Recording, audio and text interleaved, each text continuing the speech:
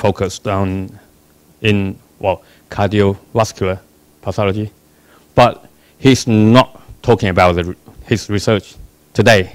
He's going to talk about medical education, actually, because he is one of the key figures in medical education in the United States, and he has got quite a lot of experience on every aspect of medical education. I think, maybe. Well, yes, yeah, it's true. Okay.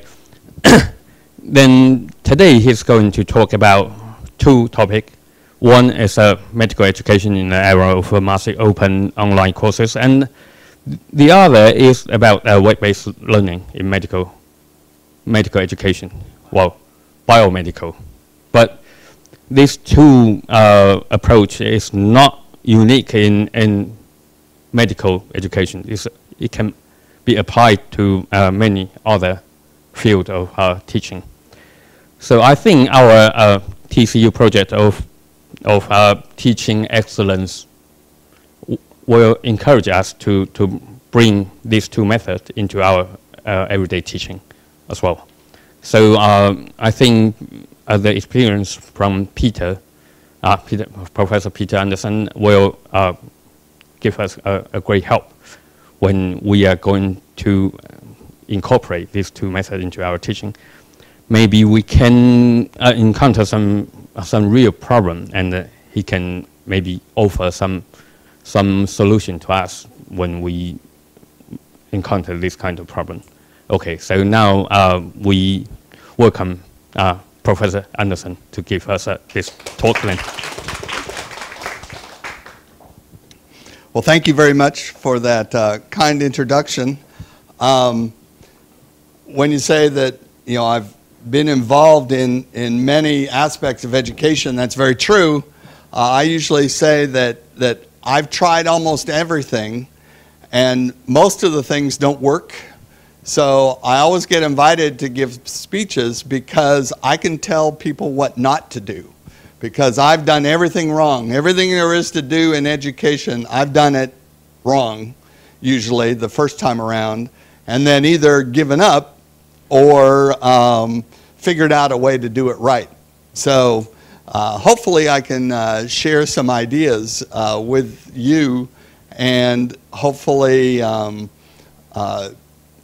so you can avoid some of the traps I've fallen into when I've tried to do new things with education.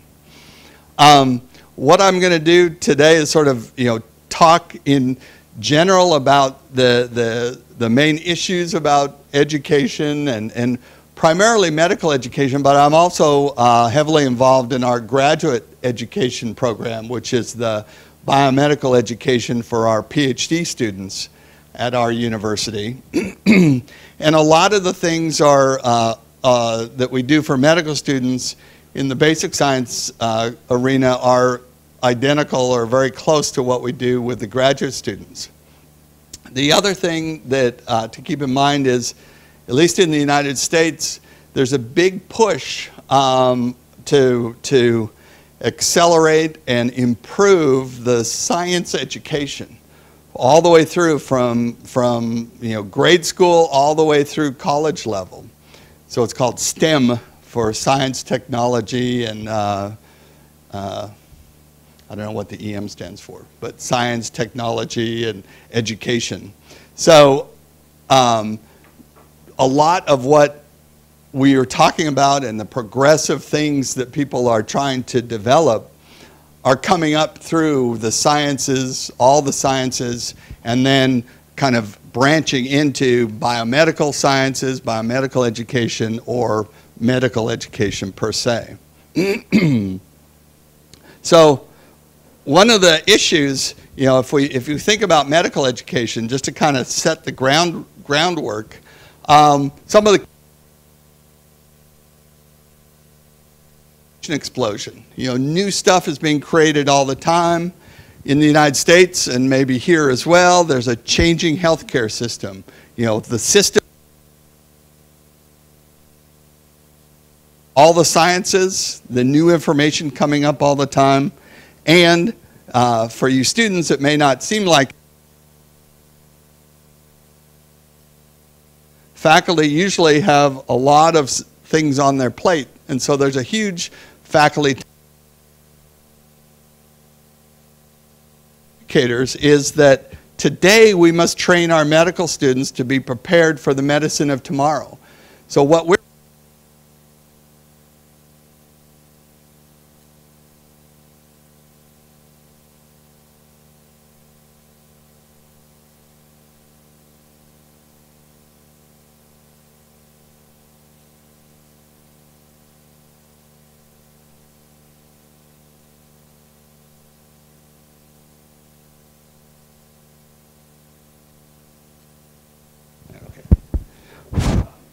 better?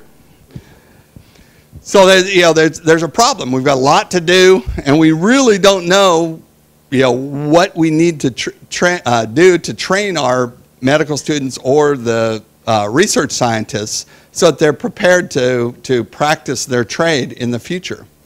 And this reminds me of a quote from an American philosopher: in times of change, like what we're in right now, learners inherit the earth, while the learned find themselves beautifully equipped to deal with a world that no longer exists. So right now, we're trying to teach you how to be good scientists or how to be good medical students or to be good physicians in today's practice world, in today's world. We don't know what it's going to be like when you actually graduate and have to go out and practice. So instead of teaching you what you need to know for today, what we need to do is teach medical students and teach our students how to be learners, not just learned. So, that presents a kind of a paradigm shift in medical education. Up until now, the main thing that we've worried about is make sure everybody is learned. Make sure all our students know what we want to teach them, know what we think is important for them to know. Well, we don't really know what's important for them to know, and we don't know if that's going to be important 5 or 10 years from now. So what we really need to do is teach medical students and graduate students how to be learners, how to relearn material, how to use the information they do know to build on that information to keep abreast with the changing world that they're dealing with. So what I want to talk about today are, what I was asked to talk about was massive online courses, just sort of introduce that concept. And tied in with that is, why are these things important, or why are they in the press, and why are people interested in this? A lot of it has to do with millennial students. The students nowadays are different than the students when we were young. And then finally, as was mentioned, talk about interactive learner-centered learning. And I'm going to kind of touch on these topics briefly, kind of tell you some of my ideas and ideas from the literature and ideas from experiences from myself and others. But again, the big issue will be to leave time for discussion so we can talk about how this fits into our ideas about the best way to move forward. So, paradigm shift in medical education. In the past, medical teaching has been lecture-focused. It's been teacher-centered with a sage on the stage, is what it's called, and content-focused. We wanted to make sure everybody was learned. They could memorize stuff and regurgitate it on a test. They were really smart, which meant their brains were like computers or hard drives. They could spit up the information that they had stored there. But what we really want to do, instead of just forcing it down, from the lecturer, forcing it down to our students, what we really want to do is make the students be learners. And I found this quote, and I thought it was really interesting. In 1375, the first time that the word lectura was used, and the definition is the act of reading. So a lecture comes from the root word to read. And, another figure that I found on Wikipedia in the 1350s, a typical medieval university lecture, the lecturer is the reader sitting up on the table, on the podium here, with the only book in the university. So if they all had to pass that book around, it would take forever for everybody to read the book. So they got a lecturer to read the book to the rest of the group. Well, look at back here in the back of the room, these two guys are talking. You know, this guy's sound asleep, you know, and this guy is saying, oh my God, why did I come to lecture today? And it sort of reminds me a lot of our current lecture rooms. You know, instead of medieval benches, we have nice new benches, but the end result is the same. You know, everybody's sitting there, oh my God, why did I come to lecture today? I could read the dang book myself, especially nowadays, the book is on the web. I can download it onto my iPad, and I could be sitting, you know, in Starbucks drinking coffee and reading the book myself off my iPad. So why am I here in lecture? So again, you can tell I like to find other people who agree with me. And so lectures were once necessary, but now that we have books and everyone can read, we no longer need them. And this was written by an English essayist who died in 1784. So from the 1600s till now, what are we doing? We're still lecturing. As opposed to what this person said, this essayist said that, you know, we don't need to lecture anymore because everybody can read and we have plenty of books. Or another way to look at this is Albert Einstein's quote is, insanity is doing the same thing over and over again and expecting different results. So we keep lecturing, and every curriculum has a lecture, lecturing to the students, and then we get mad because the students fall asleep, the students aren't interested, the students would rather just read it on their own. And so that's sort of Einstein's definition of insanity, is doing the same thing over and over again and expecting a different result. Well, what should we be doing? And again, this is just a brief list. There's a lot of things we should be doing, but you know, nobody's elected me king of the world yet, so I can't, you know, dictate this. But there are some things we should be thinking about as we're developing curricula and as we're trying to work out with our colleagues how best to teach material. One of the things we need to do is engage students to be self-learners. So the lecturer sitting in front talking to students, you know, they can read it on their own. They have books, or they can download it onto their iPad. You know, they don't need to, you to read to them. What you need it to do is encourage through a variety of mechanisms, and that's where the hard part comes, is creative ways to do that, to make the students, you know, study on their own and then use the material they studied on their own to solve problems and to demonstrate to themselves and to demonstrate to you that they really understand the material that they've been presented. We also want, because we don't know what's going to be important in the future, you know, we can give you a list of things that we think is going to be important, but we don't know for sure. So what we really need to do is make sure that when you graduate, you will be able to find the new information. You're not afraid to look up new stuff.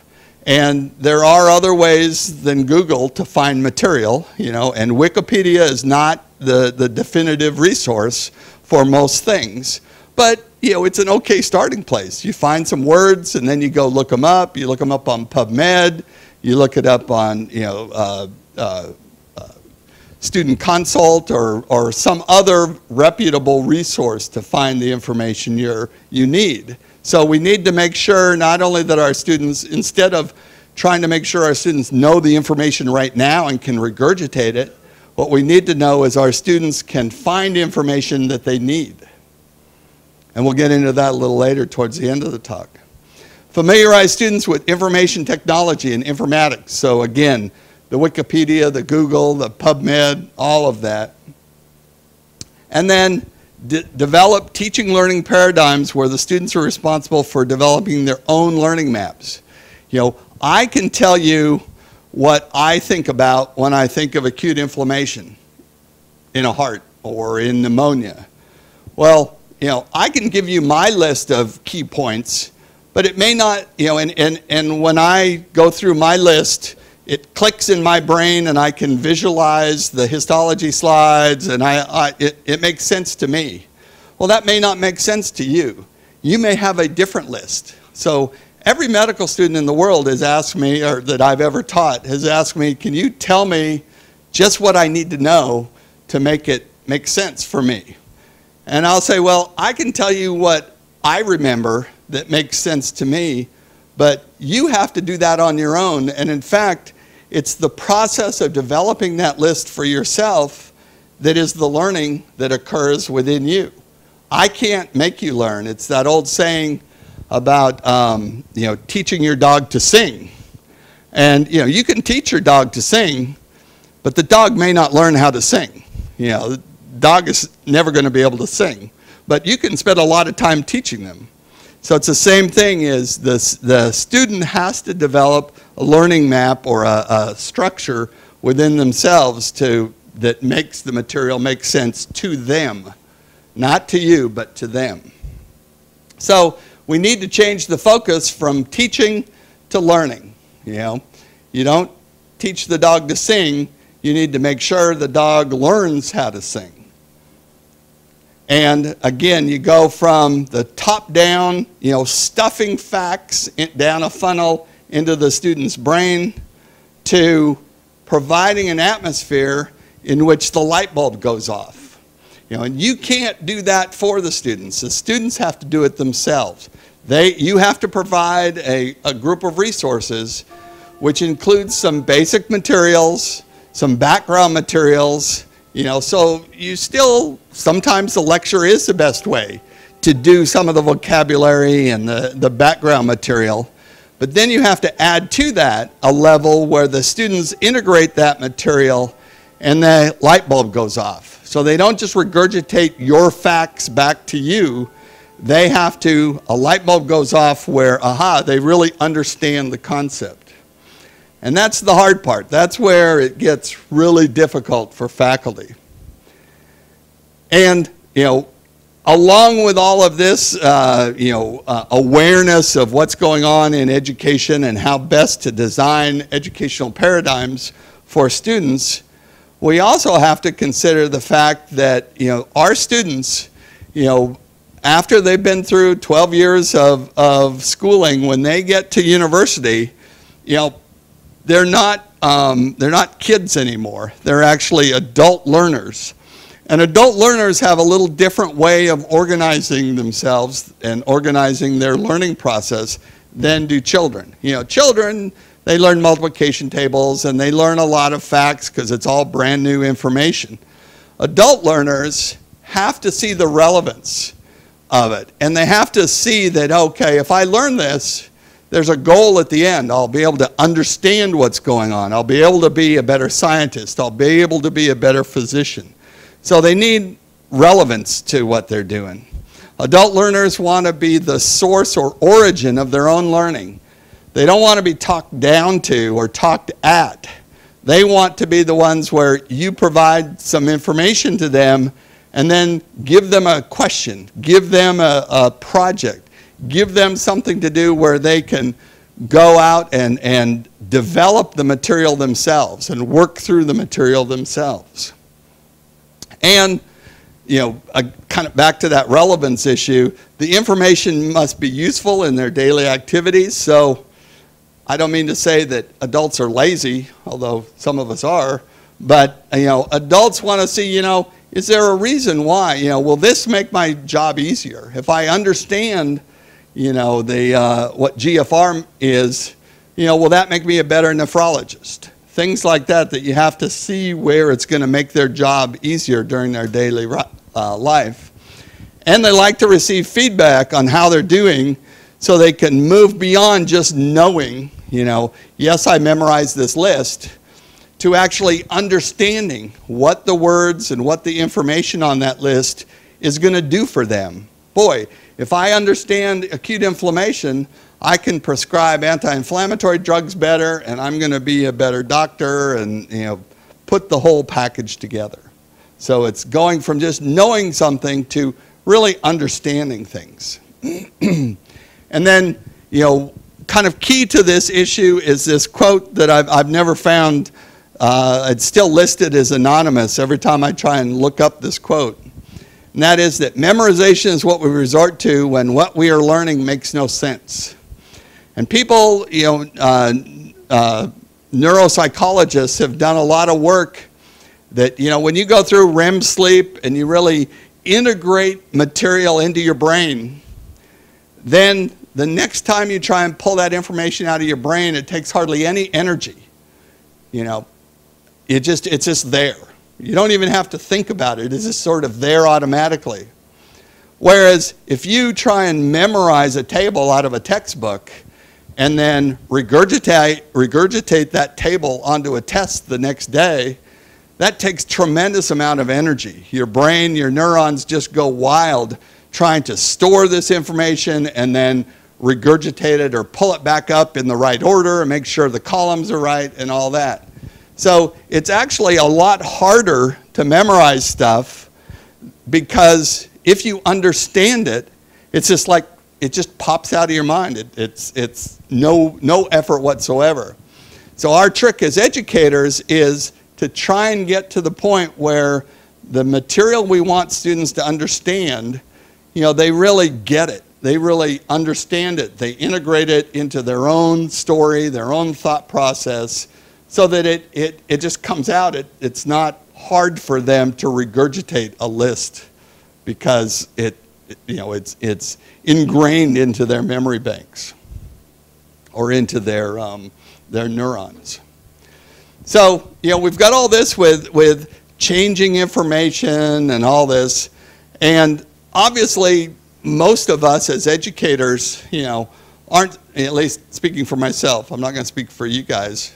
You guys probably are, but I'm not smart enough or have enough energy or enough resources or enough brain power to design a curriculum that fits everything that would be optimal for an education environment.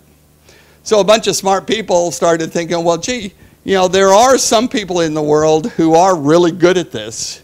So why don't we just record them and copy their courses onto a big website and let them teach the whole world about these subjects.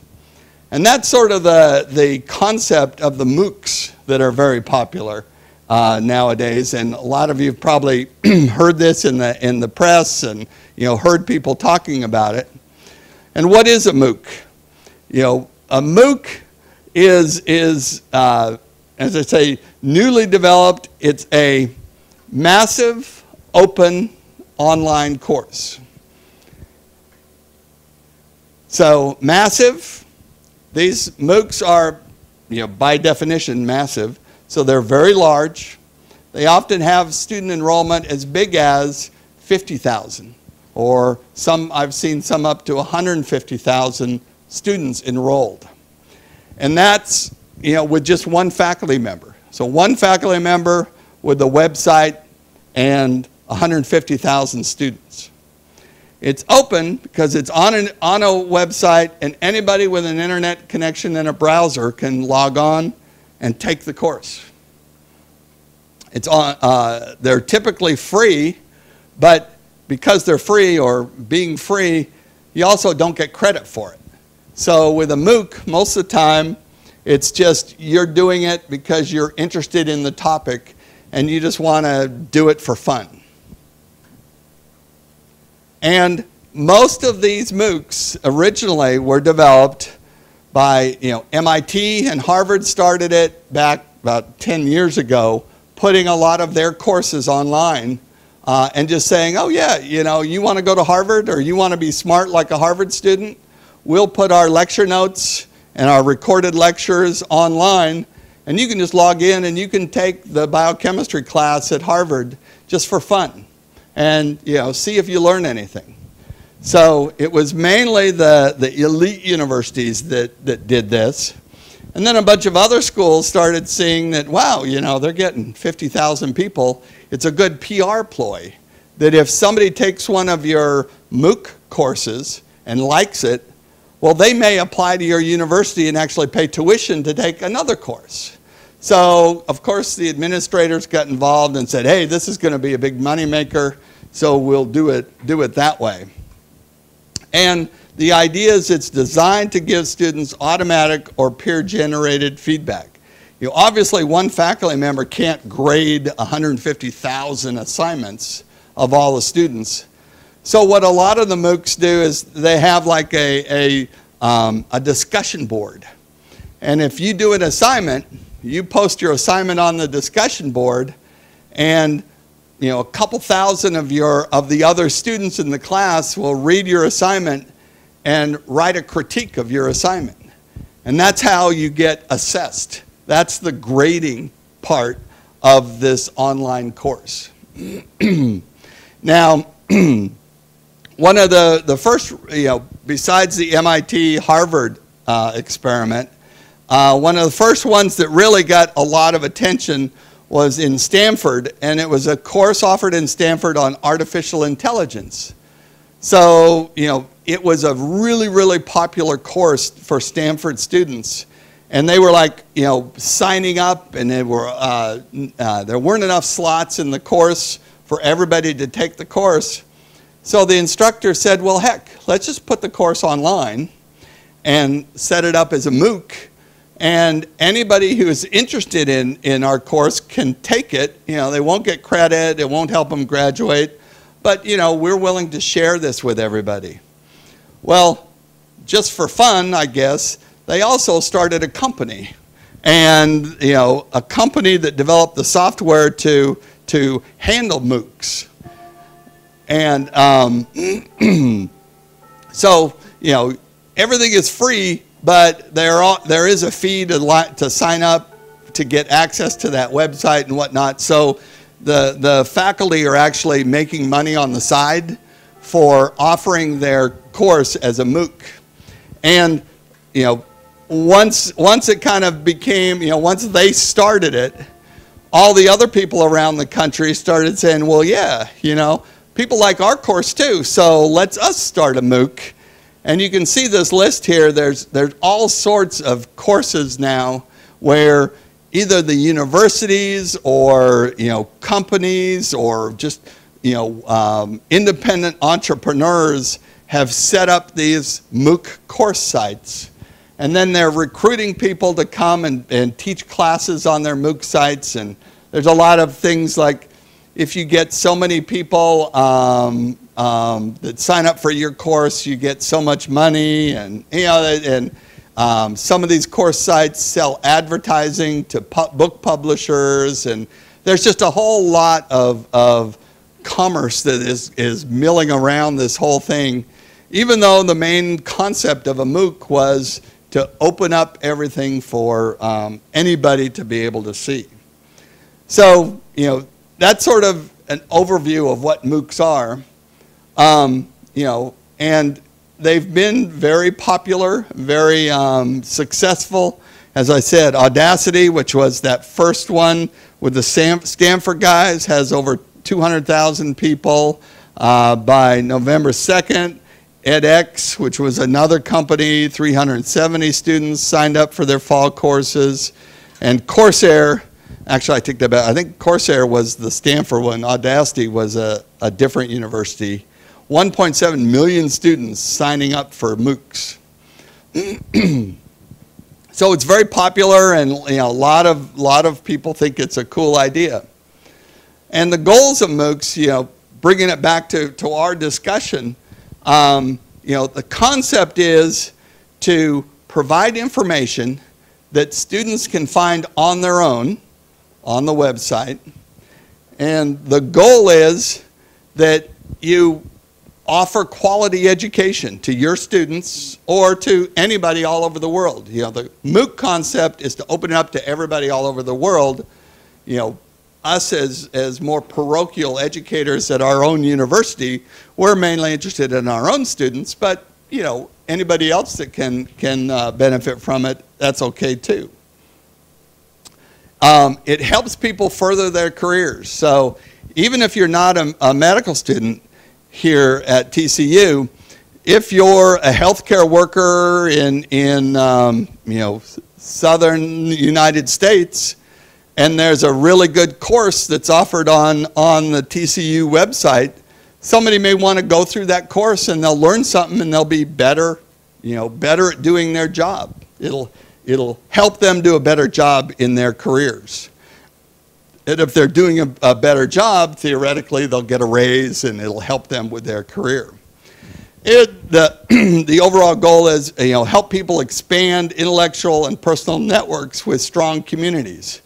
One of the things with these MOOCs is you can develop teams within the MOOCs, and so you get to know a bunch of people all over the world who have similar interests as you do. If you've signed up for a MOOC on artificial intelligence, you may find some other people that around the world that are also interested in it, and so it helps you develop communities. So that's sort of the background of MOOCs. The idea is, however you set it up, and a lot of schools now are using MOOCs not in the original sense where they just give it free to everybody.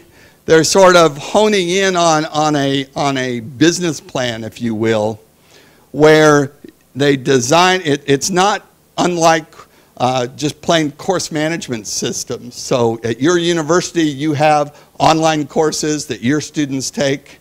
Yes, you can open it up to others, but one of the real, the major thing you as a faculty member are interested in is that your students take that course and your students benefit from that course.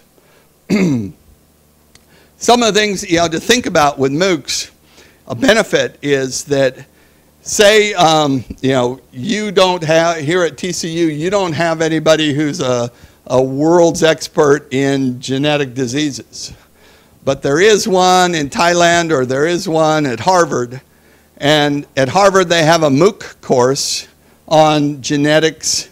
And, that course sort of becomes the national standard, that everybody interested in genetic diseases goes to the Harvard website and reads through the course, listens to the lectures, does the assignments and that.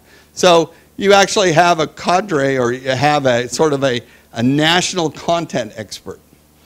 That sounds really good in one respect, but the negative side of that is you only have one person who's now becomes the world's expert, and everybody is just following their lead. One of the nice things about a university is you have a lot of people with a lot of different ideas that are sharing ideas and arguing with each other and interacting with each other. So, in my opinion, having one national expert that's anointed to be, the one resource for every medical student to learn about genetics is go to this MOOC.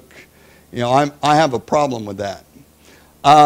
The other thing is, these are remote, so you do everything online, and there are ways to make interaction feasible, but, there's just something, that just rubs me the wrong way related to medical and health professions education, because so much of health professions education is the hands-on, the interaction, the professionalism, how you deal with each other.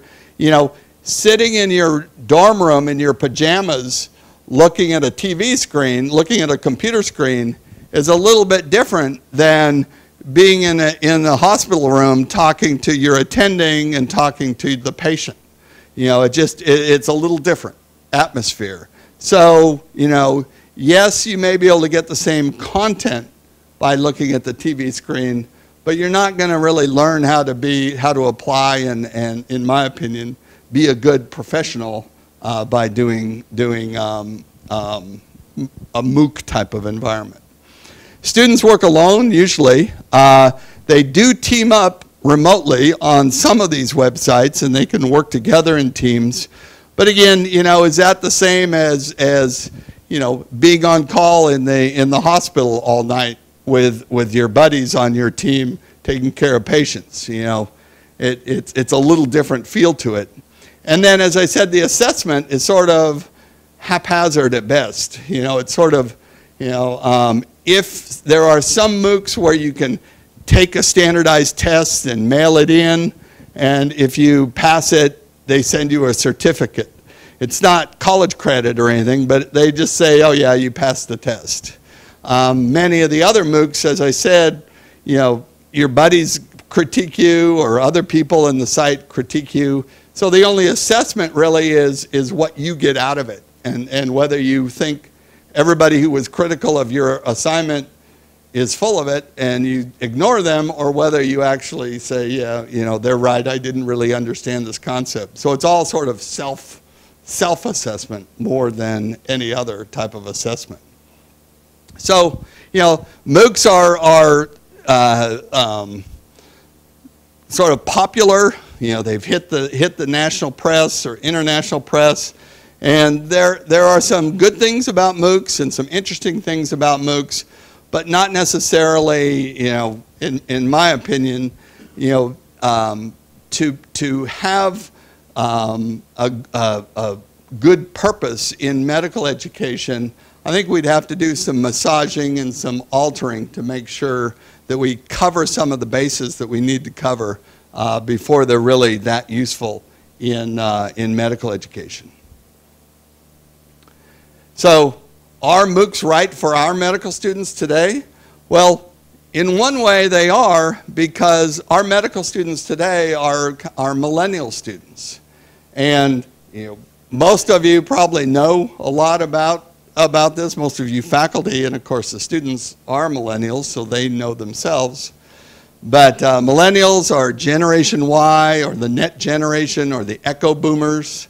In the United States, it's the children of the baby boomer generation after World War II, when there was a big baby boom. Well, those people all had children, so it's the second boom, if you will, or the echo boom. They're students born between 82 and 95. You know, millennial students tend to be experiential and exploratory learners. They're not tolerant of delays. They've had an electrical device in their hand their whole lives, so they expect instant response to everything. They're practical and very results oriented. You know, they don't want to waste time on a project. You know, they could be playing Candy Crunch, you know, and that's what is very important to them. So they don't want to do your assignment if it doesn't seem important. They tend to be multitaskers, so they're doing 2 or 3 things at the same time. Although I will say, you know, and I can send you the articles if you want them, whenever somebody in your class is doing Candy Crunch instead of listening to what you're saying, and they say, well, I'm multitasking, tell them to put their, you know, to make one choice or another, because primates and primate brains are set up to do one task at a time. You can only do one thing at a time. You can either play Candy Crunch or you can listen to the lecture or read your book. You can't do both at the same time. Now, people think they're good multitaskers because you can train your brain to switch back and forth really quickly. So people who are good multitaskers, you put them in a PET scanner, their neurons, you know, light up here, light up there, light up here, light up there. So they can switch from Candy Crunch to lecture very fast. So they actually think that they're multitasking and doing both things at the same time. But physiologically, you know, you're not. You're doing one thing and then you're shutting that off and doing another thing and then shutting that off and going back and forth. So you're actually wasting a lot more time, because every switch time, there's a finite amount of time that you're losing while you're switching from one to the other. So what you can do is tell multitask, as a faculty member, tell your multitaskers that no, they're doing both of them at the same time, but doing them half as well as they could be if they were paying attention to your lecture. They tend to be, as I said, digital natives. They've always had a computer. They're gamers, so they like to play. They like graphic interfaces rather than text. They don't like to read anything. And they like to have balanced lives. So they really don't want to be bothered by the reading assignment that you give them because they have important things to do tonight. You know, I mean, there's a good show on TV tonight. So why would you want to read biochemistry when there's a good show on TV tonight? And they thrive on instant gratification and frequent rewards. You know, in the United States, we talk about this, that a whole generation of kids where they didn't keep score of soccer games.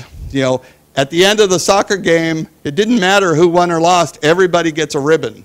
So you get a reward just for showing up. Whether you win or not, you get a reward for just showing up. And a lot of medical students that I know of are sort of that same way. So how do we teach millennials?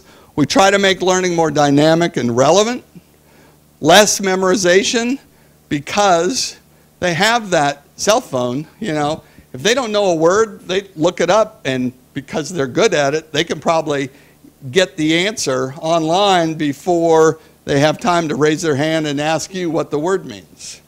And information is ubiquitous, so why memorize a bunch of stuff when you can just look it up?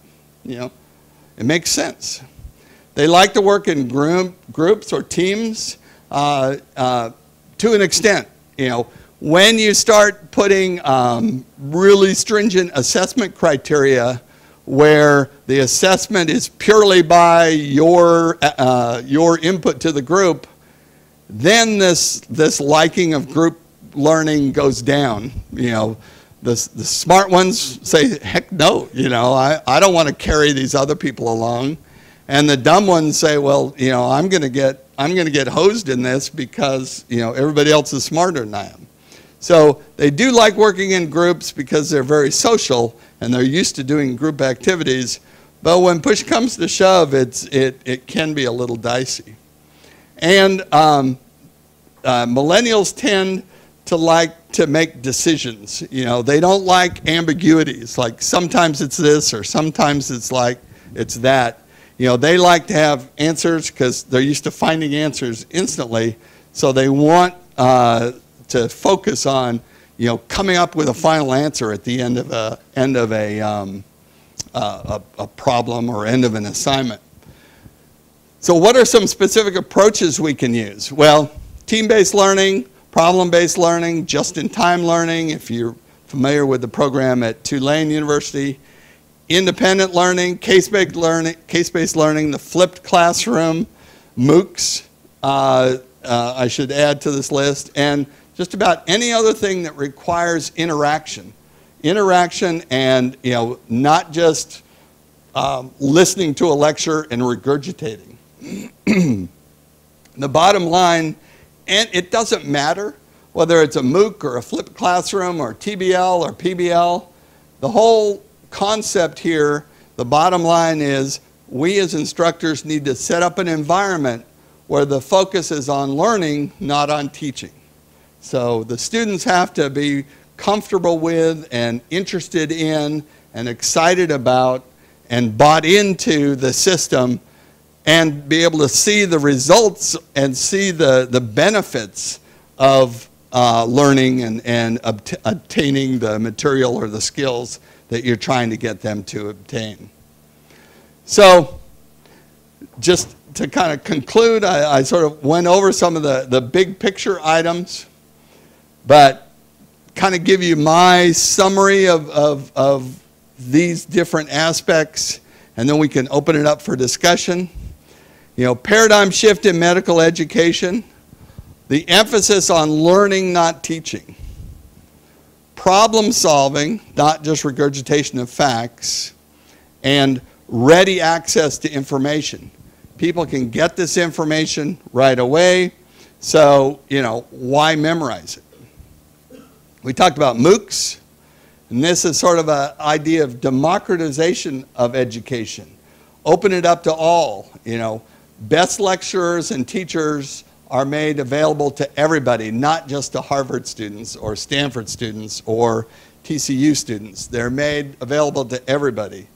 So it democratizes the process. And again, the emphasis is on learning something, not on getting a grade or a certificate or, you know, something, a diploma. It's just, you as an individual want to learn the material and be smarter. Millennial students, we talked about, impatient, entitled, experiential learners, digital natives, multitaskers who love the flat networked world and expect nomadic connectivity 24/7. Expect and oftentimes demand, as you probably well know. And then interactive learner-centered learning, student-centered learning activities, clinical cases, TBL, simulation, etc. So that's sort of the big picture of all of these things. My interest and my bias of ways to achieve all these goals is through technology-enhanced learning. So, in the old days it used to be called distance learning, but it's really not about distance. It's about using technology to enhance the learning environment. So we use instructional technology to augment the teaching and learning process. Now, I don't want to set up something where, the Socratic method versus Bill Gates and Microsoft. We're not fighting here. We're using tools, Microsoft, computers, iPads, to help facilitate a type of environment that Socrates would be happy with, that questioning and interacting environment where everybody has a chance to say something and interact. So what we want to do is use instructional technology to create an environment that facilitates and promotes the learner-centered type of environment that we have been talking about up till now. And, technology can be, it's changing all the time. Some of these things are out of date by now, just in the last time I updated this slide. And, technology is great, but for any of you old enough to remember this, or even history buffs who have actually watched this movie, 2001: A Space Odyssey, you may remember that the computer sent the man out in the space pod, and then the computer wouldn't let him back in. So the astronaut is asking the computer to please open the pod bay doors, Hal, who's the computer. And Hal's saying, sorry, Dave, I can't do that, because the computer knows that Dave is going to shut off the computer. So technology is good, but we also have to watch, it doesn't solve everything. It's not a panacea. So e-learning, we talked about MOOCs, there's a whole variety of things. And again, I really don't care. There's a lot of stuff out there, but these are just tools. These are tools and mechanisms we can use to help us reach the goal that we're really searching for, and that is to produce an environment in which students can learn for themselves. And technology, it's great because you can hold the world in your hand. You can get your Google glasses and see everything and have access to everything. But it's not necessarily, as I say, the panacea. And one of the issues that comes up with technology, and especially nowadays with the technology and the type of network connectivity that we have, is a question that since information is so readily available all the time, what do we need to be teaching our medical students? Or what do you need to know? If you can look everything up, why bother coming to school at all? You just look it up as you need it.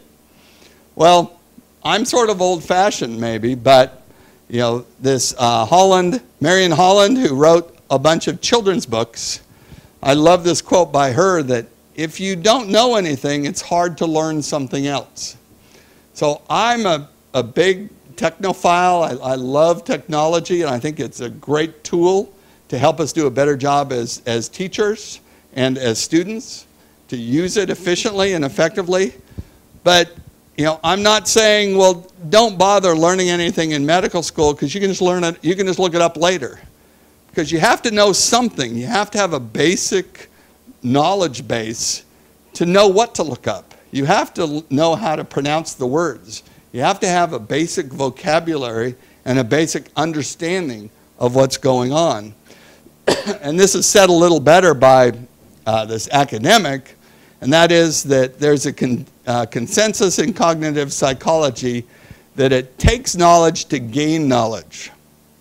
So as an instructor, I don't feel guilty making my students learn a bunch of terms. Like I teach general pathology to first-year medical students. And you know, there's a lot of words there that they say, we have to learn all this stuff. We have to learn what cytokines are and interleukin-1 and tumor necrosis factor and all this stuff. You know, we can just look it up. Why do we need to know it? I said, well, you need to have a background, a basic foundation of knowledge before you can look up and understand other things. So what do we need to be teaching medical students? You know, what we want to do is we need to teach them enough so they can be successful and graduate and be smart and keep their heads above water with this rising tide of information, and not, but we don't want to swamp them with so much stuff, you know, that if we don't teach it to them now, they're never going to learn it. You know, and my faculty tell me that all the time. I can't stand to see somebody graduate from medical school without seeing my picture of this brain tumor. You know, that I've seen one in my whole career, so they all have to memorize this picture. And, you know, no, you know, all you're doing, the more you teach them, the more you give them to learn, the more frustrated they're going to get, and the less they're going to learn in actuality. So what you need to do is find the right balance between the amount of information they need to understand the fundamentals enough that then they can use the skills that you've helped them develop to be information seekers to go on and develop their, you know, to be able to find the information they need to be successful in their careers. So that's sort of the end of my sermon, my philosophy about education and how we should be teaching students and whatnot. What I'd like to do is open it up so people can tell me what you think, and maybe we can brainstorm on some effective ways to achieve this, both at TCU and for you to tell me how to go back to my university and do a better job of teaching our students. Here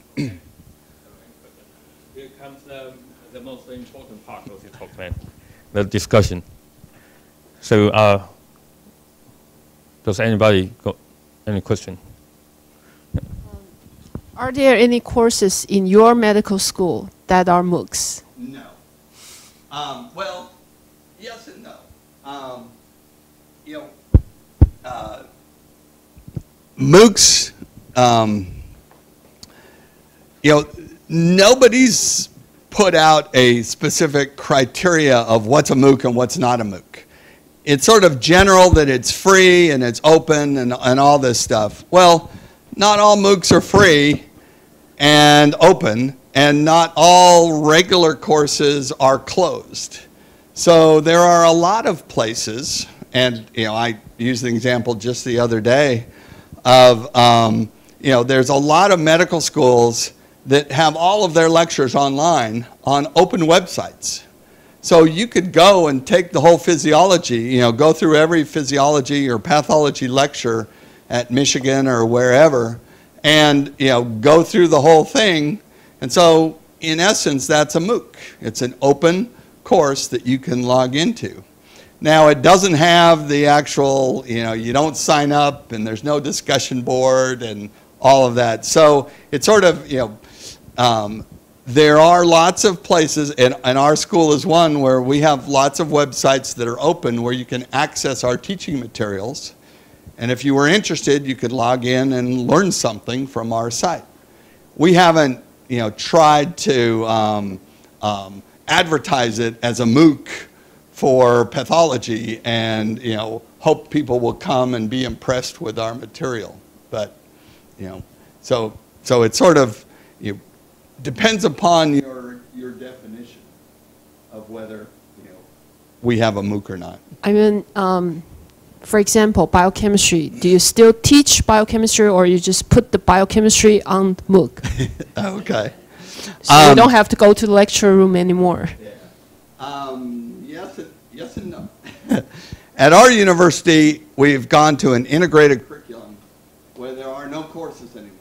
There are just modules. So we have a Fundamentals 1 module.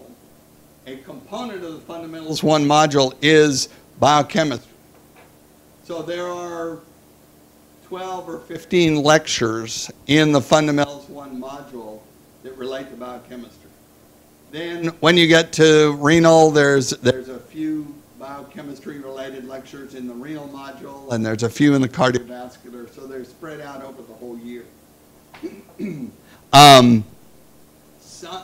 in each module, some of our lecturers have recorded lectures and just tell the students to listen to my lecture, and then, what I've done in pathology is I just have the students listen to lectures, and then in class assignment, it's more like a flipped classroom. We have cases. We review cases in groups in the classroom. So, there are other biochemistry lecturers who prefer to come in and do a lecture, in person.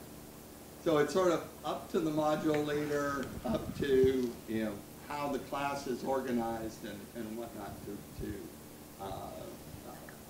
however you put it together. We don't have a university policy that says everybody has to be recorded or everybody has to do MOOCs or everybody has to do anything. We are, I guess in one way you can say we're very democratic and we're very, bought into academic freedom, that you decide what you want to do. The other way to look at it is we don't know what the heck we're doing, and we're just doing a little of everything, and it's all mixed up. But that still have some disadvantages, because when you are watching the video and you got some question, you can't get the immediate interaction with the lecturer. Yeah. Then when you go to the classroom, then you forgot which part is in that. So yeah. Well, I agree with that, but then it's been my experience over the years that 90% of the time when somebody doesn't understand something in lecture, they won't raise their hand anyway. Yeah. They don't want to look stupid. They don't want their classmates to say, "Hey, you're dumb." We all know that. You're the only one in the whole class that knows it. When in fact, most of the class doesn't know it either. They don't want to raise their hands either. So yes, that's a classic comment that, if it's recorded, you don't have the interaction. Well, very few. Well, not very few, but it's been my experience that it's the exception rather than the rule to find a medical school lecturer who really can open up a classroom into a discussion session.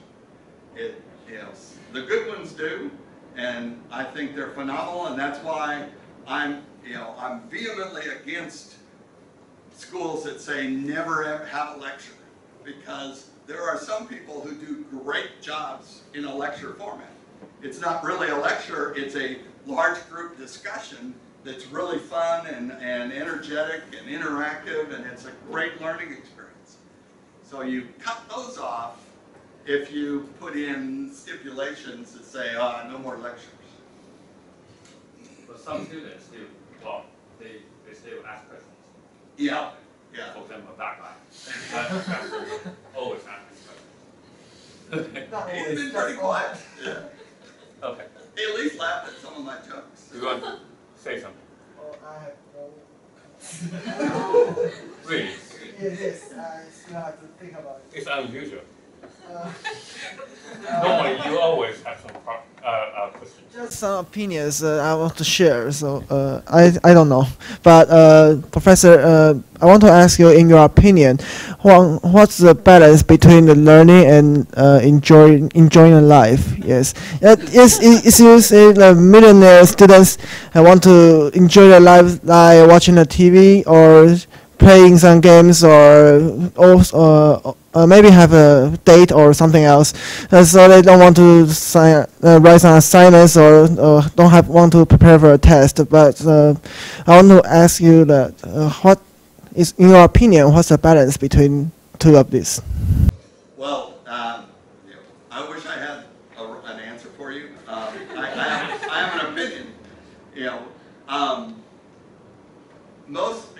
Most people want to have self-fulfillment.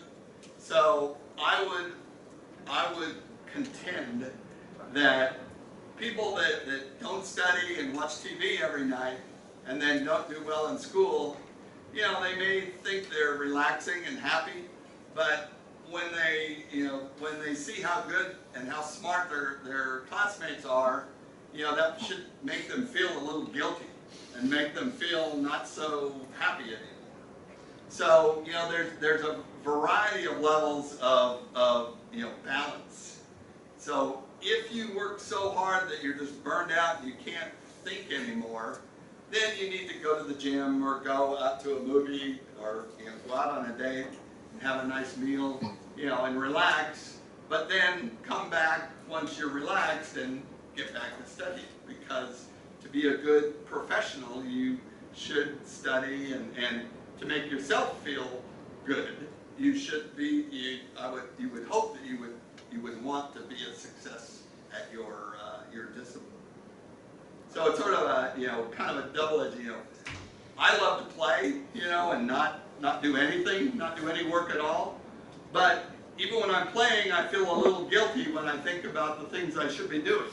So, playing isn't as much fun when you're feeling a little guilty. So I enjoy playing, but within moderation. I want to get my work done and then go play. Sometimes your hobby costs money, so you have to learn in order to make money in the future to support your hobby. I think that's a very good point. And I think this gentleman brought out one of very critical points.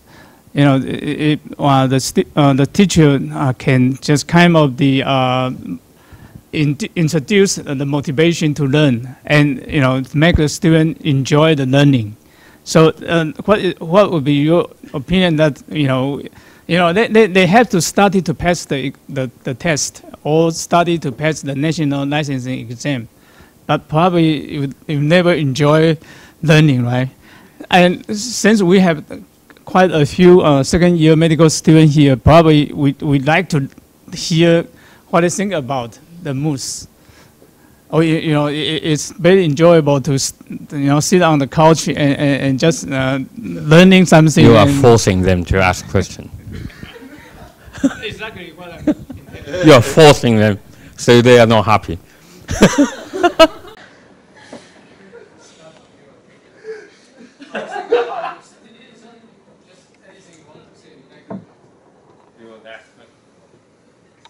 Is any way we can help students to enjoy the learning? Well, what I've said for years, and I make sure I don't tell my chairman this, is that in my opinion, pathology is fun and everybody should enjoy pathology. In my unbiased opinion, of course, as a pathologist. But students come to medical school because they're interested in helping people who are sick, and people who are sick have some sort of a disease. And why else would you go to medical? Why else would you put up with all this garbage, just unless you really wanted to be a physician? And so pathology is studying how and why people get sick. So obviously, all through your career, as medical students, first, second, third year, you're dying to get to pathology so you can learn about diseases. So, to me, and I know it sounds crazy, but as we talk about adult learners and whatnot, if you see that I'm going to be a doctor learning how to take care of sick people, and here's a course about diseases, that should be fun. That should be interesting. I see why it's important. It's doable. It may seem at times not doable, but I should be motivated to do well in this course because this is something that I'm going to use for the rest of my life. So, I know it sounds kind of goofy, but most medical students, I think we make an environment by putting undue demands on students' abilities that it becomes not fun. If we say memorize, every single chapter in Robin's textbook for tomorrow, and we're going to give you a test, and if you flunk the test, you're out of here, it's a stressful environment and it's not a doable situation. Whereas if we have a bunch of cases and we have access to recorded lectures and we have opportunities where students can work together and solve problems just like they would in the wards, that, again, you guys may not agree with me, but that's sort of fun. You can actually accomplish something, it's doable, you can feel good about yourself when you're done with that process, and it becomes a positive experience. And that's why the picture of the guy on the left there, you can see the look on his face. I think, unfortunately, the reason why it's not fun for students is too many faculty are like that guy. Too many faculty, think, well, without memorizing every enzyme and every cofactor in the Krebs cycle, for tomorrow's tests, you're not going to be a good physician. Well, I've had lots of physicians tell me that they don't even remember what the Krebs cycle was.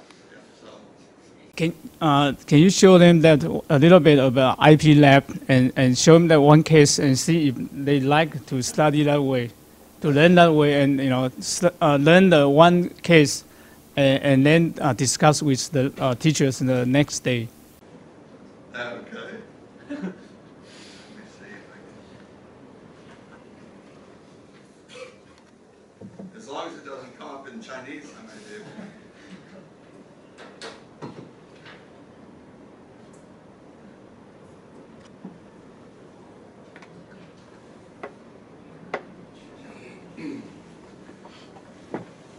So this is a website that I created, many, many years ago, and recently updated it with a new colleague of mine, Sun Park, who's recently joined our department. And we have what we have called the Interactive Pathology Laboratory. So IP Lab, Interactive Pathology Laboratory. It's a series of cases that are a series of laboratory sessions that follow the chapters in Robin's textbook. So I've recorded lectures, and I tell my students, okay, read the chapter in Robin's on cell injury and cell death. If you want to, listen to my recorded lectures, because I sort of hone in on the important concepts in the lecture, and then go to the laboratory. And because she's like cell adaptations, for an example, go to the laboratory and look through these cases. So each of these lab modules is made up of a series of cases. So there's objectives for the whole lab, which are sort of tied in with the chapter, the material that was in the chapter.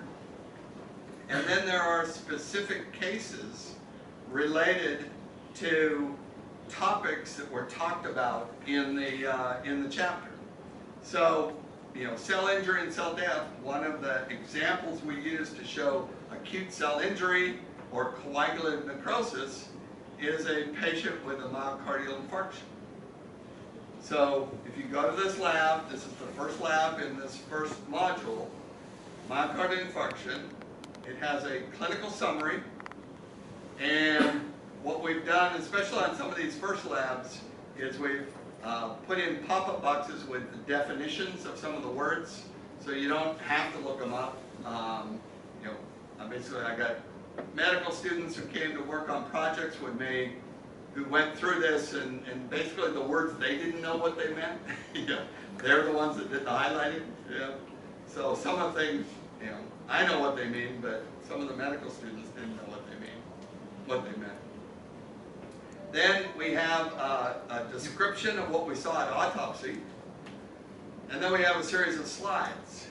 And you can either look at the picture on the, you know, right here, or you can click the picture and you get a nice big picture of a myocardial infarction. We even have arrows that show the area of myocardial infarction, and then a description down here in this girl's photograph of the heart. So sitting at home in your pajamas, you know, and you know, in between playing Candy Crush, you can go through this on your own. And my middle son, who wants to go to medical school, is addicted to Candy Crush. That's why I keep bringing up Candy Crush. And as you probably heard, Candy Crush just got bought out for $7 billion the other day. It's a gaming company that created Candy Crush, and that's the only game they've ever created that's actually been successful. But they were bought out for $7 billion. So that's why I keep thinking of Candy Crush. So here's, then you have histology sections, and again, all of it's labeled, so you can go through this, you know, on your own. You don't need, you know, if you have a question, hopefully we've answered it, you know, in the workup of this case. And here's, you know, the kind of a classic picture of, over here is normal myocardium, over here is the myocardial infarction, and right in the middle here, this is hydropic degeneration. You know, there's barely enough oxygen for the cells to stay alive through anaerobic glycolysis, or barely anaerobic glycolysis, but they aren't able to prevent edema from forming in their cells. So these are all myocardial cells full of edema fluid. These guys are dead, these guys are alive, and these guys are just barely alive, just barely keep hanging on. And this is why for patients who have had a heart attack, you want to go in and open up that vessel and let blood come in here, because you know, you're not going to save this tissue because it's already dead, but you will be able to save this tissue. So this is the salvageable myocardium that you try and salvage by doing emergency angioplasty or emergency thrombolytic therapy on your heart attack patients. And then, and here's just a higher power of that, dead, hydropic, and hydro meaning full of water, hydropic degeneration of the cells. You can still see the nuclei, so these cells are still alive. These guys are normal. These guys are just barely alive, but still salvageable. And these guys are dead as doornails. And then, if you're really interested, and you put down your iPad or put down your gaming device, you can actually come here and look at that glass slide. This is the glass slide from this case that we've scanned with virtual microscopy, for virtual microscopy. And you can look at the whole tissue, and if you're interested in finding the area of hydropic degeneration, you can zoom in and find the area of hydropic degeneration. There's an individual cardiac myocyte.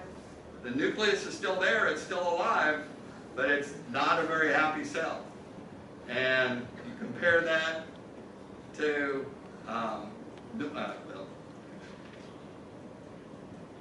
compare that to normal myocytes, where you have nice nuclei here and nice cytoplasm with a lot of actin and myosin filaments in them.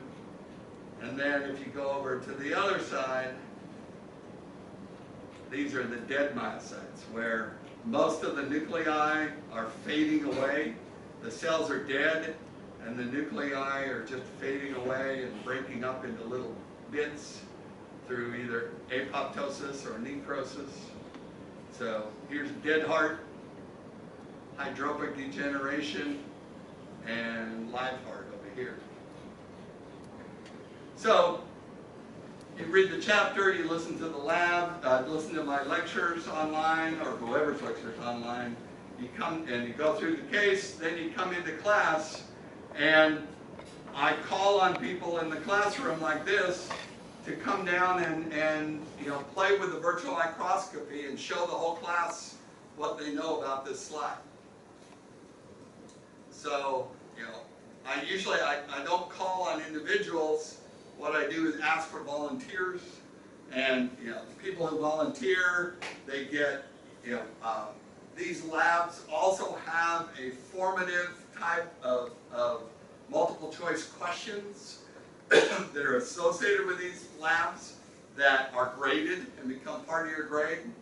If you volunteer to come down and show the class what you know about the case, then you get 100% on your quiz for that day. So that's sort of the bribery I use to get people to come down, and I try not to embarrass anybody. If anybody points to the liver and calls it glomerular necrosis, glomerulosclerosis or something, I don't usually make fun of them. I try to be somewhat nice to them. But this is an example of a way that we've developed to try and make it more interactive and improve the access to the material that we're trying to use for teaching. Any comments on this?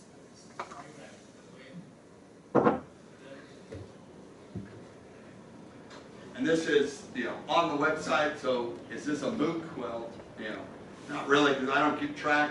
Anybody can use it and log into it and use it anytime they want. So I don't keep track of it, but it is available, for massive online use for anybody who wants to.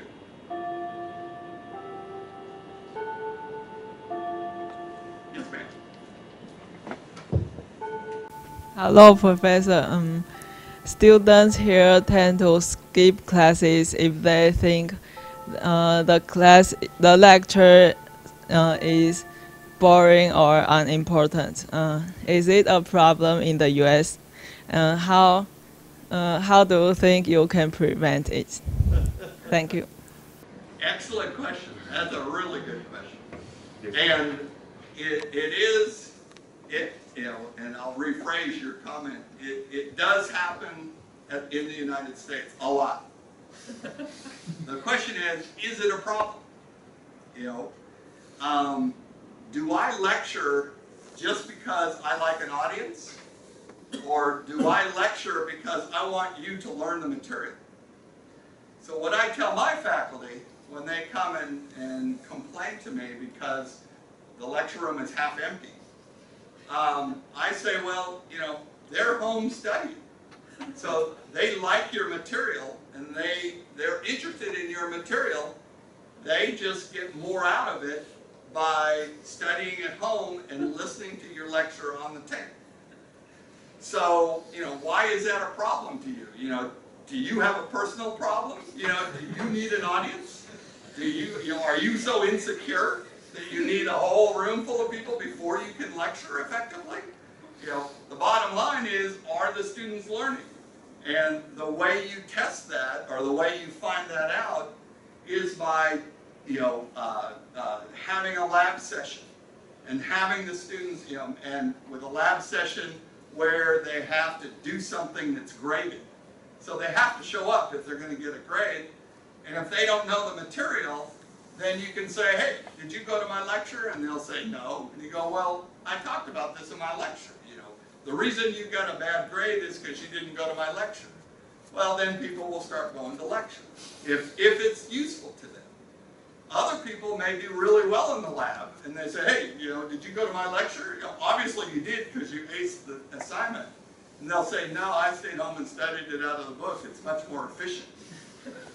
Which, in the United States, you know, what we've learned, or what the students have learned, is that when you record a lecture, when you play it back at double speed. So the lecturer sounds like Donald Duck. But, you know, you can still understand what they're saying, and you can do a 50-minute lecture in, you know, 25 minutes.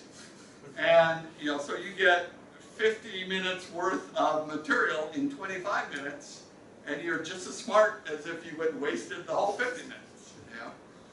So again, you know, I'm being funny, but you said exactly the approach that most lecturers have, and that is, it's bad if they don't come. And I would say that if you really believe in what I talked about learner-centered learning, it doesn't matter how they got the material. If they took a MOOC from Harvard, or, you know, the story I was going to tell is I was at Harvard, the Harvard Macy Medical Education meeting, and we sat in on problem-based learning sessions. And I asked one of the students, you know, how are you sure that you've learned all the material? And they said, well, at night we go home and we log on to the Michigan website and we listen to their lectures. You know, so Harvard's bragging about the fact they have PBL and they don't have any lectures. But all the Harvard students are listening to lectures on the website and learning the material on the Michigan website, and then coming to their PBL sessions and going, oh yeah, let's talk about the weather, you know, because they've learned everything they need to know by listening to the Michigan State lectures. Yeah, so it's kind of crazy. Where you get the materials doesn't really matter, and whether faculty, you know, are faculty here because we want an audience? If you want an audience, then go down to the bar and get a karaoke. You know, do karaoke if you want an audience. If you want your students to be successful at their chosen profession, you know, you shouldn't care whether they're there or not, as long as, you know, they're doing enough to be successful in what you want them to do. And again, that's really hard to convince. You know, and I've done this many, many times.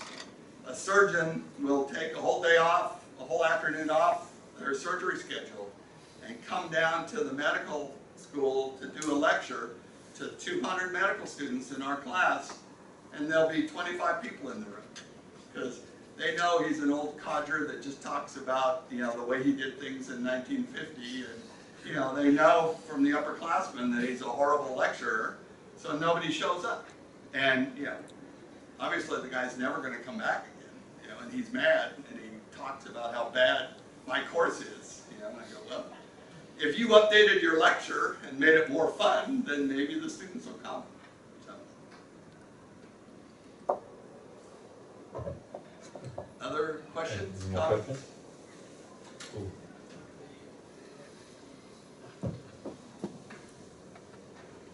So, I like some of your quotes. It says, it takes some knowledge to gain new knowledge, right? But in your opinion, do you have a core in your, say, in pathology? What are these, you know, more base fundamental knowledges? Again, that's a great question. And those quotes are really a funny or an entertaining way of saying that I subscribe to a constructivist type of education theory, that everything needs to build. You know, not everything, but in general, things need to build on themselves. So I always use the example with my students that you know, you have to learn your multiplication tables before you can do quantum mechanics. You know, so in pathology, you have to know the vocabulary. You know, what does hydropic degeneration mean? What does coagulation necrosis mean? You know, what's a neutrophil? What's a macrophage? Those are all words that students may not be familiar with. So, you know, the first time through, it's like you have to memorize and learn a whole bunch of basic stuff, just like multiplication tables. You know, you have to have a foundation or a core knowledge before you can build on other knowledge. So it would be nice if some smart person, much smarter than me, could come up with a core knowledge sheet or book that we could hand out to every medical student, and if they knew every fact in this book, they would be, they would ace the pathology, every pathology exam they ever took in their life. Well, unfortunately, kind of back to neuropsychology that, God knows, I don't know why I was reading it, but, I've read some of neuropsychology and cognitive psychology. We talked about making your own learning map and making it make sense to you, and memorizing versus it becoming embedded knowledge because you understand it. I can write up a list of core words and core knowledge that I think is important for understanding pathology. Give it to you, and you may look at it and say, this doesn't make any sense to me. Why did you memorize this? Or why do you know this? Because that's not really related to all that much. So it kind of goes back to the core or the basic material, really has to be built by each person individually. It has to make sense to them. That's why it may sound a little trite, but the comment about build your own knowledge map. You have to do it yourself. Any of you, those programs you can buy where you do knowledge mapping, where you write the little bubbles that are that hook up to other information, and you have words in each of those bubbles, and it's supposed to show the interaction between lots of things. Well, I can look at your knowledge map and it won't make sense to me, but it makes perfect sense to you because you had to study it well enough to write the darn map. And the same way with a basic set of facts is, they may make sense to me and I may think they're important, but unless they fit together right for you, they really aren't going to be helpful. And so what are you going to do? You're going to memorize my list. And since I'm the course director, obviously it's going to be on the test, so you're going to memorize my list, regurgitate it, do okay on the test, and then walk out of the class and not know a darn thing about pathology, because all you've done is memorize my list of information. Maybe they can try to understand what you're thinking. Yeah. Then if they get the point, then you get the knowledge. And so that is an excellent point. So why don't we just do away with all lectures and all faculty-derived stuff and just give them a book and say read the book and then take the test? Well, that would be effective, but I'd like to think that most faculty, even though their lectures may not be perfect, they have synthesized some stuff, and even if what you're doing when you go through your faculty, your lecture notes is trying to figure out what the heck they were driving at, it may help you understand the bigger picture by trying to understand what they were saying. So it isn't bad to use somebody else's train of thought or somebody else's knowledge map. But again, you have to incorporate it in so it makes sense to you, and hopefully, best case scenario is you don't just memorize their lecture notes or their knowledge map, you incorporate it and understand it so it becomes, inculcated into your knowledge map. Best case scenario. I've never figured out how to do that, and if I did and could bottle it, I would be really rich. But unfortunately, I'm still a poor faculty member who just sort of, runs around giving free lectures. How about the concern from IT? Any comments? We have our director of information center sitting over there. Do you have any comments on that? No, it's a question. Right, Fred. Here. I'm thinking now we are using a lot of technology to teach our students. But do you think the student now is smarter than our generation? Oh, definitely. Definitely way smarter.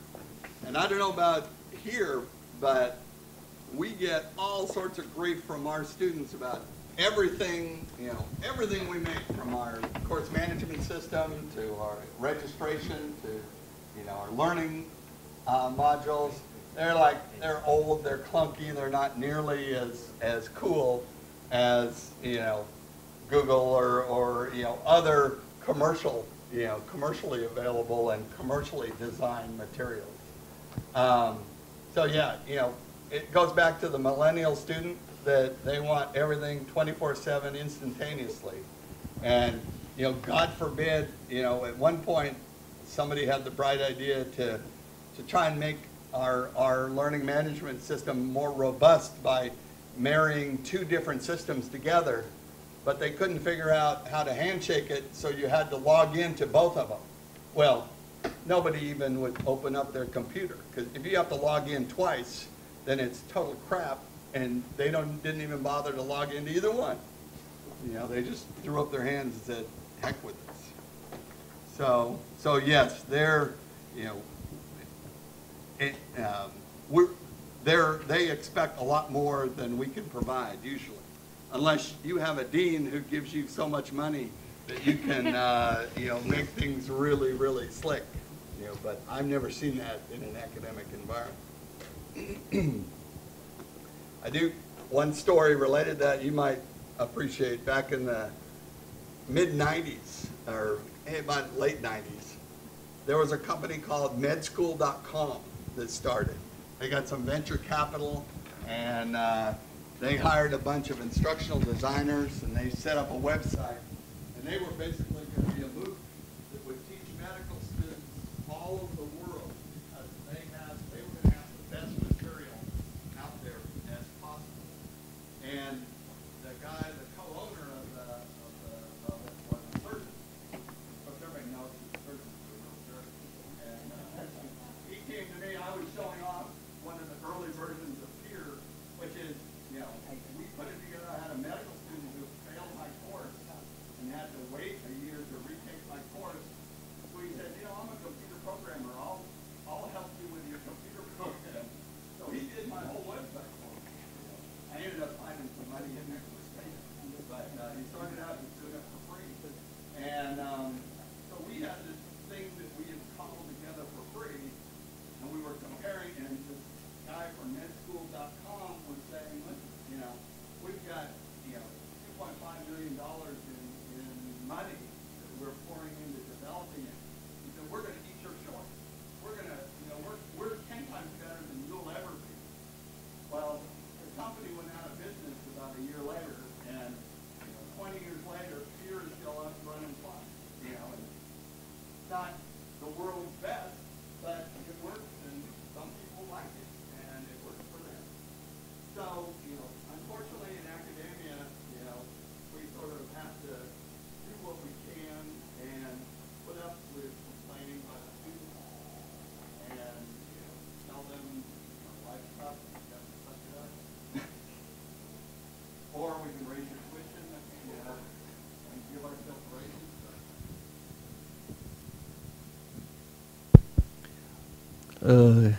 Before I ask a question to you, I would like to give you a comment for the last question. Are all students smarter than their teacher? I think recently I read a article. They say the diploma or learning experience reflect our past, because we already get the diploma. The balance in our bank, that's reflect now, because we have the money to buy. So what can reflect the people's future? That's their learning ability. The learning ability will make our student smarter than us. If they don't learn, if they only play game, watch the TV, they were not smarter than us. That's my comment for the last question.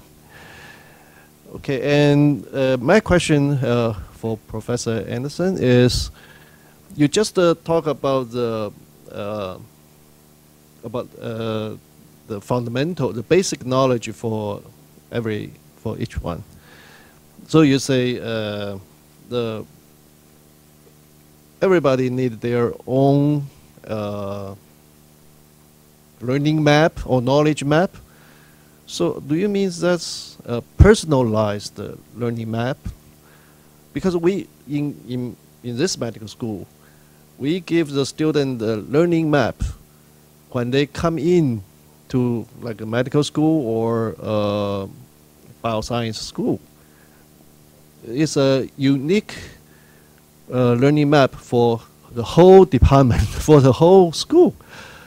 However, you just say a personalized learning map. I don't know how to make this this two coordinate. A very good point. And I may have misspoke or wasn't real clear. You need a structure, and that goes back to my comments about a constructivist type of learning environment, and you have to know something before you can learn something else. But the learning map that you hand out to your students, I would say for most students, it becomes just the bottom layer. It becomes just a bunch of things that you memorize or make sure you know. But it's not very rich for them. It's your list or the school's list of important things. But it may not, it may not make a whole lot of sense to them, so they have to personalize it. So I didn't mean to say that a knowledge map given to a student is bad. I think it's very good and it's very necessary and it's very helpful. Students, every student I've ever known has asked me, what's going to be on the test? Tell me what I need to know to do well on your test. So they want structure. They want the knowledge map that you provide. But what I'm saying is that's not enough. As you mentioned, the lifelong learning and being able to build on the foundation that we help them develop is really the most important part. So they have to not just, what I'm afraid of with if I give somebody a list of learning objectives and they check off every learning objective and they go, okay, I know everything there is to know about pathology. I'm never going to have to learn another thing again. As soon as this course is over, I'm done. I'm never going to open that pathology book again. I don't want that. I want them to say, okay, I have a basis now. I have the fundamentals, and I have the tools that will help me understand the next time I see a problem. And when I go to PubMed and look up an article about a disease that I'm seeing in one of my patients, things like that. So it's kind of a combination of, you don't want to pablum feed students and make it an environment in which that's enough. What you need to do is say, okay, here's the start. And, I always get in trouble with my students because I say, when they ask what's on the test, I say, well, everything you learned from the day you were born until today is fair game for the test. And everything that we haven't taught you, but you should be able to figure it out by using the material that you've learned from the day you were born to today. So they all look at me and think I'm crazy. I probably am crazy. But the whole idea is to get them to realize that it isn't just regurgitating what's on the list that'll get them a good grade. It's understanding and being able to apply the material and integrate the material and understand the material that's on your list that will make them be successful in your course. And that leads to, how do you assess this? And it's very difficult. If you assess the students with a multiple choice test of vocabulary words, well, that's what they're going to memorize. If you assess students with essay questions about explain the pathogenesis of tuberculosis, then they're going to study in a whole different way than if you just use sort of a rote memorization for assessment. So you agree the examination or access leading the teaching? Yeah, actually, the learning. The last slide of my talk is sort of sums up my philosophy about education, and I hate to show it with students still here, but.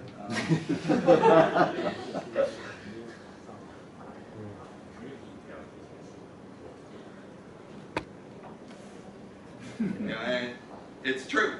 If we have a test with a bunch of multiple choice questions with a bunch of vocabulary words, that's what they're going to learn. They're not going to care to spend the time to really understand the concepts. They're going to memorize every single vocabulary word because that's what we assess. So, we as faculty talk about, lifelong learners and problem solving and all that. And then if we give them a test that's all vocabulary words, it's not going to work. They're going to do what they need to do to survive. And maybe instead of playing Candy Crush or watching TV, they'll actually read some papers and on their own, even though you don't assess it, they may go off and learn some things that they want to learn anyway. We would hope they would anyway. Thank you. Actually, last night I talked to the people about all the assessment for the students for the national license exam, and I told them if you can make up a very good assessment, all the questions, probably you will kind of persuade or force the student to learn right, such as we like students to kind of the self-direct learning and independent learning. And so if we have a very good assessment way to enforce such kind of self-direct learning and independent learning, probably, they will have that. So I just tell them they've been too lazy to make a good exams. So actually, the student can have practice the whole exam and very easy to pass. So in our country, it's hardly anyone fail the second part of the exam. That's why they learn the way they like and never try to improve. So if we make I just try to persuade those people, and we have to make a very good assessment and enforce those medical students to have a self-direct learning ability or competence. So I totally agree. You don't force students. You're in the university. They don't force you. It's kind of like We just suggest. Yeah, you can bring a horse to water, but you can't make him drink. Same way with students. You can't force them to do it, but if your test is a certain way, they will do it. And that's actually, as you know, I spoke to the Ministry of Examination last time I was here in October, and the national boards in the U.S. that I've been involved with for the last 15 years, we've switched all of our tests over to clinical vignettes and experimental vignettes where you have to solve a problem, diagnose something and describe something and solve a problem, not just regurgitate, the hip bone's connected to the leg bone, type of thing. So, we've been working very hard in the United States to do that. It's still not perfect, and it's still got problems, but the students are really trying. Well, students are never happy when they come out of the exam, but the pass rate has stayed about the same. We made adjustments and whatnot, so they're still passing it. Most of them are still passing it. But it has affected the way they approach studying. There again, like we talked about, there's a baseline you have to know. There's just a lot of stuff you have to know to be a good physician. vocabulary and basic concepts. You just have to know it, either learn it or memorize it or somehow, get it into your brain. But then the real key is applying that knowledge to clinical situations. And that's the piece that we're trying to improve upon with our national board exam. And it's very hard. It's very, I know you guys probably don't feel sorry for me, Gee, it's hard to write the questions that we have to struggle over. But it is, it's very hard to write questions that really test knowledge rather than just regurgitation of facts. Peter, I have two questions. Before the question, I will thank you for the lecture because now I know the characteristics of the millennial students today.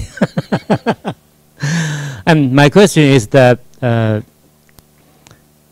we teach engineering stuff, my department, medical informatics, but we still need some composite way to let the student learn how to coding. For example, that we have class in the night, so we ask students to stay in the classroom to finish the homeworks. And in our experience, it seems inevitable. If we don't do that, we just say student, oh, you must go to home and do the homework. Then next day, nothing happened. So my question is the composite parts required, for today's student? And the second question is that is the assessment can be standardized? I mean, for one course, you must teach, every part can be standardized. Your first comment about, again, you can't, unless you hold the students and tie them to their seats and say, I won't let you go until you finish your homework, you're right. If you let them go, some of them are going to do whatever the heck they want. But what you do is say, okay, when you're done with your homework, scan it and email it to me, and you'll only get credit for this homework assignment if it's in my inbox by 8 o'clock tomorrow morning. So whether they're doing it in your classroom or at home, if they're going to get a 0, assessment tells the students what to do and drives student behavior. If they're going to get a 0 and they know everybody else in the class is going to get points for that, it means they're going to be the dummy in the class, then they'll start doing their homework. At least that's been my experience. I can't say it's going to work 100% of the time. Maybe the whole class will revolt and nobody will do the homework. And then you've got a different set of problems on your hands. And as far as standardized testing, that's been one of the real issues with our work with the national boards, because that has to be a very robust, standardized exam that that'll hold up against any sort of legal and ethical issues. And it's really hard. There can't be any shades of gray. Everything has to be black and white. It has to be a right answer and a wrong answer. You can't have a sort of right answer. And that's why it's so hard to write these questions when you're asking about, you get 10 clinicians in a room and you're going to get 9 different theories about what's wrong with the patient. And most of them aren't really wrong, they're just sort of a little different twist on what's going on. So you have to be very careful with your assessment strategy to make sure that everything is as black and white as possible. And at that, if you can do that, then the assessment does become very standardized and at least as good as you can. And the other thing about, in my opinion, about assessment is you don't have to test everything to know that the student's learning. You know, all a test is a sampling. You know, you give them a whole bunch of learning objectives, and you only test on 2 of them. Well, they don't know which 2 you're going to test on. So if they do well on, if they do real well on the 2 you test on, you assume they must, you know, they didn't just study those 2 and blow off the other 8. You know, you assume that that's representative. It's a statistical sampling. So, you know, there are people a lot smarter than me that kind of know how many samples you need to take to make it a good, you know, a valid assessment. And, you know, they get paid a lot more money than I do.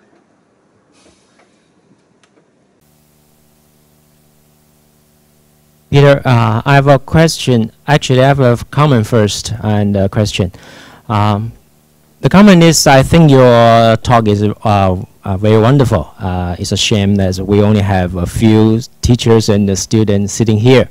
But it's very fortunate we tape your talk. So so other teacher and students can double speed, you know, the tape and okay, that's the comment. Okay, I have a question. The question is, as I know, some schools are public health, like Johns Hopkins and Harvard. They have some kind of a program for overseas students, and that's those courses are for degrees and for credits. So it's different, like the one you just talked about. So what's your comment, you know, for that? When I was describing the MOOCs, I was sort of trying to give a little history. And the initial idea of a MOOC was to make it free and no credit and all. And then once administrators and bean counters started seeing that 200,000 people were signing up for these courses, they said, hey, you know, we might be able to make money doing this. So a lot of schools like Hopkins and whatnot have said, well, let's make it a MOOC, but it's not going to be open. It's going to be, you know, you pay us and we'll give you credit for it, which just makes it an online course. You know, so it's not really a MOOC, it's just an online course, and you know, they call them MOOCs because MOOCs are in the New York Times every other week talking about MOOCs and opportunities for making millions of dollars by setting up a MOOC factory. So yeah, so I personally think they just are jumping on that MOOC for free advertising. But all it is an online course. If you had a really good course and you talked to your IT guy and you set up a deal where people could, you know, use their credit card and sign up for your course, you know, then you could retire in 5 years. Especially if you had 200,000 people that really liked your course, you know, you'd be in good shape. Even with new Taiwan dollars, probably do real well. Okay. Well, I think it's about the time. Well, some students may have lecture to go to listen to the lecture. Okay, to well, sleep. They've already had a 2-hour nap, so they shouldn't fall asleep in their lectures. Oh, yeah. So I think we should give Peter a big thank you here. Okay. Okay. Thank you very much indeed. Okay. Thank you.